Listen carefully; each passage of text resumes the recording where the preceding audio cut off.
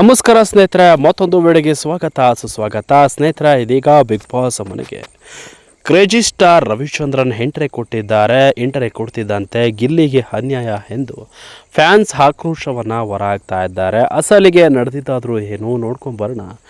ನೀವು ಕೂಡ ಈ ವಿಡಿಯೋ ನೋಡ್ತಾ ಇದ್ದರೆ ತಪ್ಪದೇ ವಿಡಿಯೋಗೆ ಒಂದು ಲೈಕ್ ಮಾಡ್ಕೊಳ್ಳಿ. ಸ್ನೇಹಿತರೆ, ಯಾರೆಲ್ಲ ನಮ್ಮ ಚಾನಲ್ನ ಸಬ್ಸ್ಕ್ರೈಬ್ ಆಗಿಲ್ಲ ಕೂಡಲೇ ಸಬ್ಸ್ಕ್ರೈಬ್ ಆಗಿ ಪಕ್ಕದ ಬೆಲ್ ಐಕಾನ್ ಕ್ಲಿಕ್ ಮಾಡ್ಕೊಳ್ಳಿ ವೀಕ್ಷಕರೇ. ಸ್ನೇಹಿತರೆ, ಬಿಗ್ ಬಾಸ್ ಮನೆಗೆ ಕ್ರೇಜಿ ಸ್ಟಾರ್ ರವಿಚಂದ್ರನ್ ಅತಿಥಿಯಾಗಿ ಹೋಗಿದ್ದಾರೆ. ಸ್ಪರ್ಧಿಗಳ ಜೊತೆ ಕೆಲ ಸಮಯ ಕಳೆದಿದ್ದಾರೆ. ಶೀಘ್ರದಲ್ಲೇ ಅದಕ್ಕೆ ಸಂಬಂಧಿಸಿದ ಎಪಿಸೋಡ್ ಪ್ರಸಾರ ಕೂಡ ಆಯಿತು. ಆದರೆ ಈ ನಡುವೆ ಗಿಲ್ಲಿಗೆ ಮತ್ತೆ ಅನ್ಯಾಯವಾಗಿದೆ ಎಂದು ಅಭಿಮಾನಿಗಳು ಬೇಸರ ವ್ಯಕ್ತಪಡಿಸ್ತಾ ಇದ್ದಾರೆ. ಸೋಷಿಯಲ್ ಮೀಡಿಯಾದಲ್ಲಿ ಟಾಕ್ ಆಫ್ ದಿ ಟೌನ್ ಆಗಿದೆ ಅಂತೆಲ್ಲ ಜನ ಆಕ್ರೋಶ ವ್ಯಕ್ತಪಡಿಸ್ತಾ ಇದ್ದಾರೆ.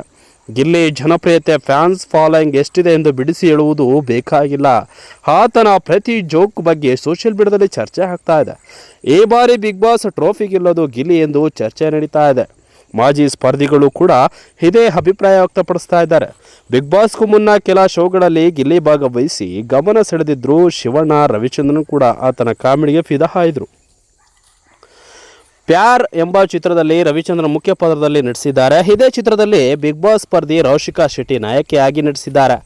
ಚಿತ್ರದ ಪ್ರಚಾರಕ್ಕಾಗಿ ಈಗ ರವಿಚಂದ್ರನ್ ಬಿಗ್ ಬಾಸ್ ಮನೆಗೆ ಪ್ರವೇಶ ಮಾಡಿದ್ದಾರೆ. ಚಿತ್ರದ ನಾಯಕ ಭರತ್ ಕೂಡ ಸಾಥ್ ಕೊಟ್ಟಿದ್ದಾರೆ. ಅಲ್ಲೇ ಚಿತ್ರದ ಆಡಿಯೋ ಲಾಂಚ್ ಮಾಡುವುದಾಗಿ ರವಿಚಂದ್ರನ್ ಹೇಳಿದ್ದಾರೆ. ಇದನ್ನು ನೋಡಿ ರೌಶಿಕಾಗೆ ಒಂದು ನ್ಯಾಯ, ಗಿಲ್ಲಿಗೆ ಒಂದು ನ್ಯಾಯ ಯಾಕೆ ಎಂದು ಅಭಿಮಾನಿಗಳು ಕೇಳ್ತಾ ಇದ್ದಾರೆ.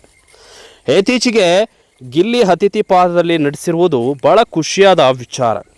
ಆದರೆ ಈ ಬಗ್ಗೆ ಬಿಗ್ ಬಾಸ್ ಮನೆಯಲ್ಲಿ ಪ್ರಸ್ತಾಪ ಆಗಲೇ ಇಲ್ಲ. ಸದ್ಯ ಈ ಒಂದು ಬಿಗ್ ಬಾಸ್ ಮನೆಯಲ್ಲಿ ಸಾಥ್ ಕೊಟ್ಟಿರುವಂಥದ್ದು ಚಿತ್ರದ ನಾಯಕರು ಕೂಡ ಸಪೋರ್ಟ್ ಕೂಡ ಮಾಡಿದ್ದಾರೆ. ಈ ಒಂದು ಚಿತ್ರದಲ್ಲಿ ಭಾಳ ಪ್ರಚಾರ ನಡೀತಾ ಇದೆ. ಆದರೆ ಇದು ಪ್ರಚಾರ ನಿಜಕ್ಕೂ ಬೇಸರ ತರಿಸಿರುವಂಥದ್ದು. ಹೌದು, ಯಾಕೆಂದರೆ ಇತ್ತೀಚೆಗೆ ಗಿಲ್ಲಿ ಅತಿಥಿ ಪಾತ್ರದಲ್ಲಿ ನಟಿಸಿರುವ ಡೆವಿಲ್ ಸಿನಿಮಾ ಬಿಡುಗಡೆ ಆಗಿತ್ತು. ಆದರೆ ಈ ಬಗ್ಗೆ ಬಿಗ್ ಬಾಸ್ ಮನೆಯಲ್ಲಿ ಪ್ರಸ್ತಾಪ ಆಗಲಿಲ್ಲ. ಯಾಕೆ? ಕಳೆದ ಬಾರಿ ಉಗ್ರ ಮಂಜು ಮನೆಯೊಳಗೆ ಇದ್ದಾಗ ಮ್ಯಾಕ್ಸ್ ಚಿತ್ರ ತೆರೆಗೆ ಬಂದಿತ್ತು. ಆ ಚಿತ್ರದಲ್ಲಿ ಮಂಜು ನಟಿಸಿದರು ಎನ್ನುವ ಕಾರಣಕ್ಕೆ ಟ್ರೈಲರ್ ಪ್ರದರ್ಶಿಸಿ ಶುಭ ಕೋರಿದ್ರು. ಇತ್ತೀಚೆಗೆ ಡೆವಿಲ್ ಚಿತ್ರದ ಟ್ರೈಲರ್ ಬಿಡುಗಡೆ ಆದಾಗ ಇದೇ ಚರ್ಚೆ ನಡೆದಿತ್ತು. ಡೆವಿಲ್ ಚಿತ್ರದ ಟ್ರೈಲರ್ ಪ್ರದರ್ಶಿಸಿ ಚಿತ್ರತಂಡ ಹಾಗೂ ಗಿಲ್ಲಿಗೆ ಬಿಗ್ ಬಾಸ್ ಕಡೆಯಿಂದ ಶುಭ ಕೋರಬಹುದಲ್ವಾ ಎಂದು ಕೆಲವರು ಕೇಳಿದರು. ದರ್ಶನ್ ನಟನೆಯ ಸಿನಿಮಾ ಎನ್ನುವ ಕಾರಣಕ್ಕೆ ಈ ಭೇದ ಭಾವ ಮಾಡುವುದು ಸರಿಯಲ್ಲ ಎಂದಿದ್ರು. ಸುದೀಪ್ ಹಾಗೂ ದರ್ಶನ್ ನಡುವಿನ ಸ್ನೇಹ ಮುರಿದ ಬಳಿಕ ಎಲ್ಲವೂ ಬದಲಾಗಿತ್ತು. ಬಿಗ್ ಬಾಸ್ ಮನೆಯಲ್ಲಿ ದರ್ಶನ್ ಅಭಿನಯದ ಯಾವುದೇ ಸಿನಿಮಾ ಹಾಡುವ ಕೇಳಿಸಲ್ಲ, ಯಾವುದು ಎಲ್ಲರಿಗೂ ಗೊತ್ತಿದೆ. ಆದರೆ ಡೆವಿಲ್ ಟ್ರೈಲರ್ ಪ್ರದರ್ಶಿಸಿದರೆ ಗಿಲ್ಲಿಗೂ ಖುಷಿ ಆಗ್ತಿತ್ತು ಎಂದು ಅಭಿಮಾನಿಗಳು ಕೇಳ್ತಾ ಇದ್ದಾರೆ. ಸದ್ಯ ಉಗ್ರ ಮಂಜು ಕತೆ ಬಿಚ್ಚಿಟ್ಟಾಗ ಈಗ ರಾಜಕೀಯ ನಟನೆಯ ಪ್ಯಾರ್ ಸಿನಿಮಾ ಪ್ರಚಾರವು ಬಿಗ್ ಬಾಸ್ ಮನೆಯಲ್ಲಿ ನಡೀತಾ ಇದೆ. ಚಿತ್ರತಂಡದವರೇ ಮನೆ ಒಳಗೆ ಹೋಗಲು ಅವಕಾಶ ಸಿಕ್ಕಿದೆ. ಆದರೆ ಗಿಲ್ಲಿ ವಿಚಾರದಲ್ಲಿ ಡೆವಿಲ್ ಚಿತ್ರದ ಪ್ರಸ್ತಾಪ ಯಾಕೆ ಮಾಡಲಿಲ್ಲ ಎಂದು ಚರ್ಚೆ ಬಹಳ ಶುರುವಾಗಿ ನೀಡ್ತಾ ಇದೆ ವೀಕ್ಷಕರೇ.